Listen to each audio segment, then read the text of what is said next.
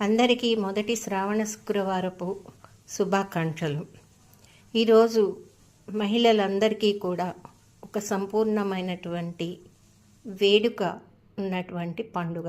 శ్రావణ శుక్రవారంలో మొట్టమొదటిగా మనము ఆచరించేటువంటి మంగళగౌరి వ్రతాలు కానివ్వండి, శ్రావణ శుక్రవారపు వరలక్ష్మి వ్రతాలు కానివ్వండి, ఇవి చాలా ప్రశస్తమైనవిగా మనం జరుపుకుంటూ ఉంటాం.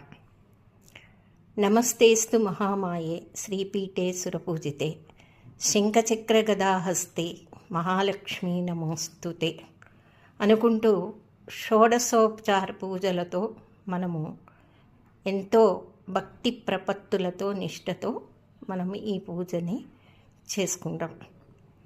అయితే ఇక్కడ నేను 2 విషయాలు చెప్పడానికి ఊరటలోన మీ ముందుకు వచ్చాను.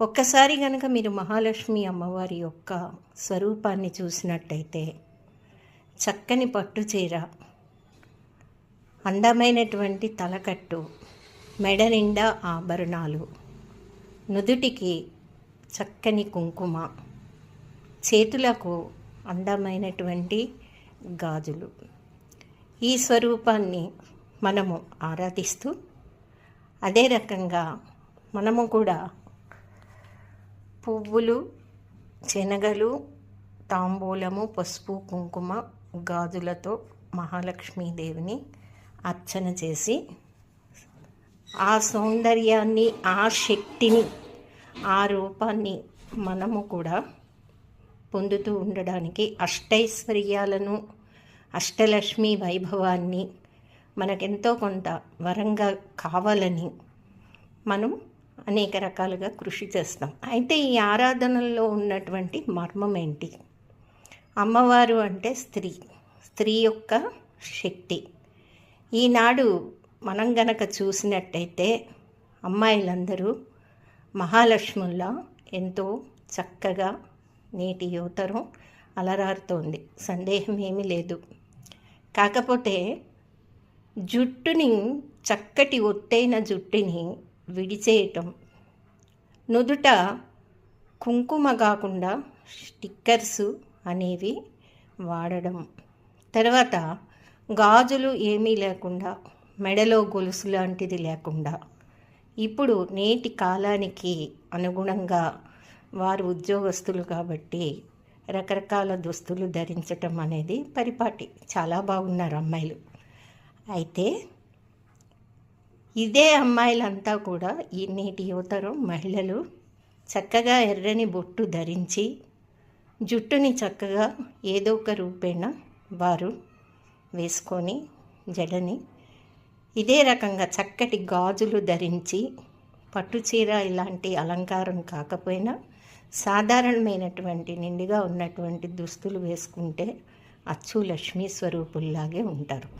అంతేకాకుండా ఇవి స్త్రీలకు ఎంత శక్తో చెప్తే మీరు ఆశ్చర్యపోతారు.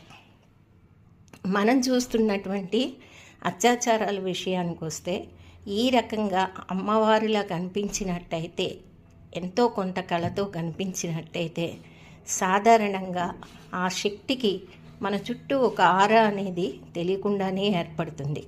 ఇప్పుడు అమ్మవారికి వెనకతలు వస్తున్నట్టుగా చాలామంది దీనికి, ఆ శక్తికి దగ్గరికి రాలేక దూరంగా ఉండటం సహజ సిద్ధంగా జరుగుతుంది.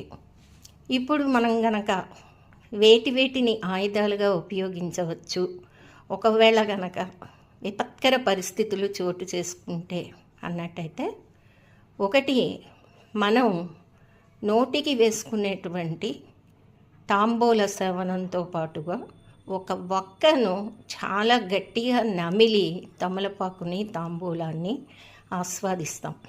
ఆ రుచి, అంతటి శక్తి ఉన్నటువంటి దంతాలతో అవతలి వ్యక్తిని ఒకవేళ దాడి చేస్తున్నప్పుడు గట్టిగా పళ్ళతో కొరకడం ద్వారా ప్రథమ రక్షణ చేసుకోవచ్చు. ఒకవేళ జడలో గనక పువ్వులుంటే ఆ పువ్వులను లాగి నులిమి వారు ముక్కుల్లోకి వెళ్ళేలాగా శ్వాస ఆడనీయకుండా విపరీతమైనటువంటి ఘాటుకు ఉక్కిరి బిక్కిరి చేయవచ్చు. అది రెండో విధంగా రక్షించుకోవచ్చు. మూడవది చేతికి వేసుకునేటువంటి గాజులు. అవి మట్టి గాజులైతే వాటిని పగలగొట్టి సున్నితమైనటువంటి పార్టుల అవతల వారిని గుచ్చడం ద్వారా మూడవగా రక్షణ చేసుకోవచ్చు. అంతేగాక చేతికి ఉన్నటువంటి గోర్లను కూడా ఉపయోగించి సున్నితంగా ఉన్నటువంటి చర్మాన్ని చీల్చడానికి ఉపయోగించవచ్చు.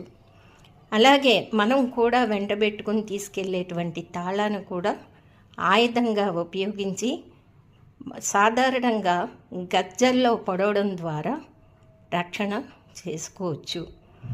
ఇటువంటిదే కాకుండా ఇంకా అపరిచితులతోటి వెళ్ళడం కానీ, ఎంత తెలిసిన వారైనప్పటికీ కూడా వారితోటి ఎక్కడికి ఆహ్వానిస్తే అక్కడికి వెళ్ళడం కానీ మానుకుంటే చాలా సురక్షితంగా ఉంటుంది.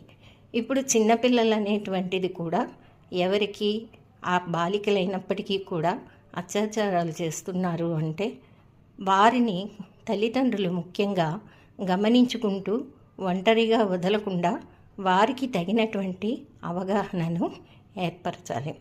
ఇది ఫ్రెండ్స్ లక్ష్మీదేవి యొక్క శక్తి, మనల్ని కాపాడుకునేటువంటి యుక్తి. Thank you.